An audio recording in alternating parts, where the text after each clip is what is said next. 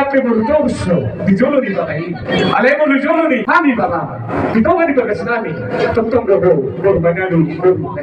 Pernikahan dalam budaya Batak bukan hanya tentang mempelai, tetapi tentang seluruh komunitas yang bersatu dalam semangat gotong royong. Dalam budaya Batak, pesta pernikahan bukan sekedar perayaan bersatunya dua insan, tetapi juga simbol kebersamaan dan gotong royong.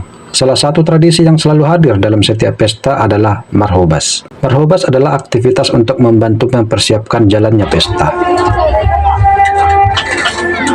Marhobas seringkali identik dengan mempersiapkan konsumsi, seperti yang terlihat dalam video ini, yang berlokasi di Polung, sebuah kecamatan di Kabupaten Hubang Asudutan, Sumatera Utara. Para muda-mudi terlihat antusias bekerja dengan penuh semangat. Mereka sibuk mencuci piring secara bergotong royong. Tawa dan canda mengiringi setiap aktivitas mereka, menciptakan suasana yang hangat yang mencerminkan semangat gotong royong yang begitu kental. Marhobas bukan sekedar bekerja. Ini adalah wujud kasih sayang dan penghormatan kepada keluarga yang mengadakan pesta. Setiap orang hadir dengan niat tulus, memberikan yang terbaik agar acara berjalan lancar. Tak peduli berapa berat pekerjaan yang dilakukan, semangat kebersamaan selalu menjadi kekuatan. Melalui tradisi ini, generasi muda belajar nilai-nilai luhur seperti kerjasama, rasa hormat, dan tanggung jawab.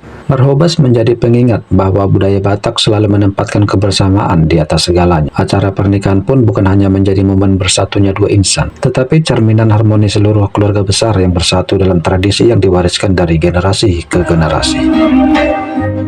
Melalui tradisi marhobas, kita belajar bahwa kebersamaan dan gotong royong adalah fondasi yang mempererat hubungan keluarga dengan komunitas. Untuk muda-mudi Batak, mari terus lestarikan nilai-nilai luhur ini, karena di tangan kalianlah warisan budaya ini akan tetap hidup dan menjadi kebanggaan generasi mendatang.